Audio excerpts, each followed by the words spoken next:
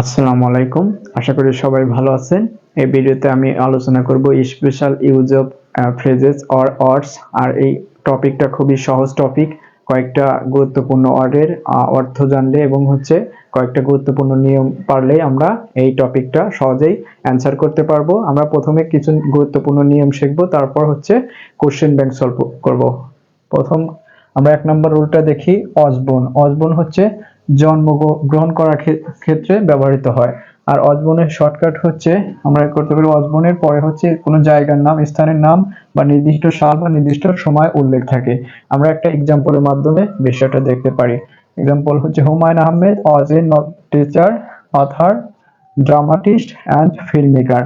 যে হুমায়ুন আহমেদ কি ছিল? একজন শিক্ষক, লেখক, নাট্যকার এবং চিত্র নির্মাতা। He dash on 13 November 1948। তাহলে এখানে কি একটা নির্দিষ্ট সাল থাকে, আমরা অসবর্ন নিতে পারি। অসবর্ন, তাহলে তিনি জন্মগ্রহণ করেছিলেন 13 নভেম্বরের 1948 সালে। আমরা আরেকটা দেখতে পারি।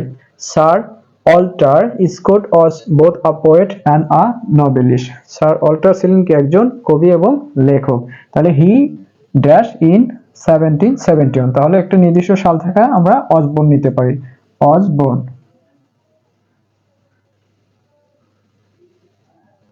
তাহলে তিনি জন্মগ্রহণ করেছিলেন 1971 সালে।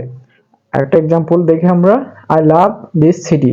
আমি এই শহর ভালোবাসি। This is the city. This is the city, এখানে সিটি হবে ওয়্যার আই অসবর্ন হবে। এখানে জায়গা জায়গা ওয়্যার দ্বারা জায়গা বোঝাইতেছে, তাই সিটিকে বোঝাইতেছে, তাই অসবর্ন হবে। অসবর্ন, তাহলে যেখানে আমি জন্মগ্রহণ করেছিলাম। আশা করি বুঝতে পারছেন। তাহলে অসবর্ন জন্মগ্রহণ করার ক্ষেত্রে ব্যবহৃত হয়। আর অসবর্নের পরে স্থানের নাম, নির্দিষ্ট সাল বা নির্দিষ্ট সময় থাকে। আর এটা প্যাসিভ ভয়েসে ব্যবহৃত হয়।